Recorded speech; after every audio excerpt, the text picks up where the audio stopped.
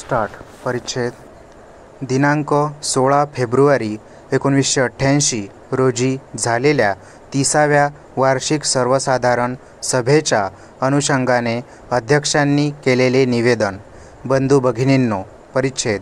आपल्या कंपनीच्या 30व्या वार्षिक सर्वसाधारण सभेस आपणा सर्वांचे कंपनीच्या वतीने मनपूर्वक स्वागत करण्यास मला अत्यंत आनंद होत आहे.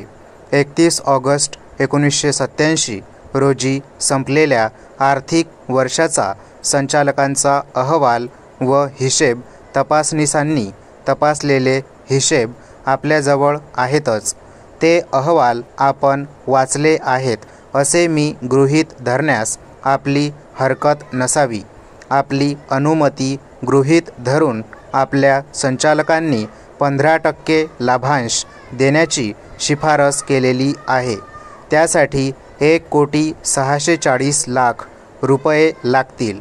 आपल्या देशातील काही भागात झालेल्या अवर्षणामुळे व काही प्रदेशात महापुराने थैमान घातल्यामुळे सध्याच्या औद्योगिक क्षेत्रावर एकंदरीत नैराश्याचे सावट पसरले आहे. शिवाय उत्पादनासाठी लागणाऱ्या सर्व बाबींचे भाव दिवसेंदिवस वाढतच आहेत. अशा या प्रतिकूल परिस्थितीत देखील आपले या वर्षीचे उत्पादन, विक्री आणि एकूण नफाही समाधानकारक आहे. नायलॉन धाग्याच्या बाबतीत योजनेला आपल्या कंपनीचा विस्तार कार्यक्रम आता कार्यवाहीत आला आहे. त्यामुळे कंपनीची या धाग्याची उत्पादन क्षमता पूर्वीपेक्षा आता वाढली आहे. मूलभूत कच्च्या मालासाठी अजूनही उद्योगास प्रामुख्याने आयातीवरच अवलंबून राहणे भाग पडत आहे. दक्षिण भारतात आणखी एका उत्पादन केंद्राची उभारणी केली जात आहे. हे केंद्र 1979 अखेरीस कार्यान्वित होईल. त्यावेळी कच्च्या मालाच्या आयातीची गरज उरणार नाही. जकात कराचे भरमसाठ दर अद्यापही तसेच आहेत. हे दर रास्त अशा पातळीपर्यंत खाली आणण्यासाठी शासनास अनेक वेळा विनंती अर्ज करूनही त्यास अपेक्षित यश आलेले नाही. अहवाल वर्षात एकूण विक्री अंदाजे 43 कोटी रुपयांची झाली. गतवर्षीची याच कालावधीत ती अंदाजी सुमारे 36 झाली. शेवटी संचालकांनी केलेल्या सहकार्याबद्दल मी कृतज्ञ आहे. कंपनीच्या सर्व कर्मचाऱ्यांच्या परिश्रमांचे मी कौतुक करतो. वित्तीय संस्था आणि बँका आम्हाला जे सक्रिय सहाय्य करीत आहेत त्याबद्दल मी त्यांचा ऋणी आहे.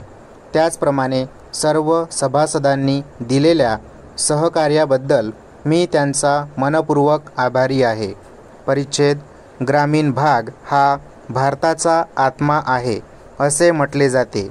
वरील विधान लक्षात घेता ग्रामीण भाग फार महत्त्वाचा असून त्या विभागाचा विकास करणे अत्यावश्यक आहे. भारतातील अंदाजे 70% लोक खेड्यात राहतात, पण त्यांच्याकडे स्वातंत्र्यापर्यंत दुर्लक्ष झाले होते. आजसुद्धा त्यांच्या विकासाबद्दल खूप गप्पागोष्टी केली जाते, पण प्रत्यक्षात फारच कमी प्रयत्न केले जात आहेत. नियोजन मंडळाने नियोजन करताना खेड्याच्या विकासाला खास प्राधान्य दिले पाहिजे.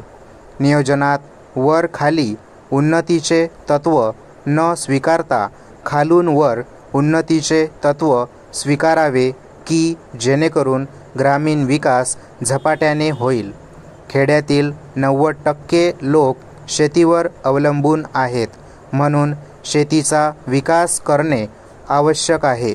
त्यासाठी सरकारने शेतीला पाणी पुरवठ्याच्या दृष्टीने धरणे, कॅनॉल बांधून पाणी पुरवठ्याची व्यवस्था करावी व बँकेमार्फत शेतकऱ्यांना बैलगाडी, शेतीची अवजारे, खते, सुधारित बी बियाणे विहिरी खोदण्यासाठी व त्यावर विजेचा पंप बसवण्यासाठी माफक दरात व दीर्घ मुदतीचे कर्ज दिले जावे.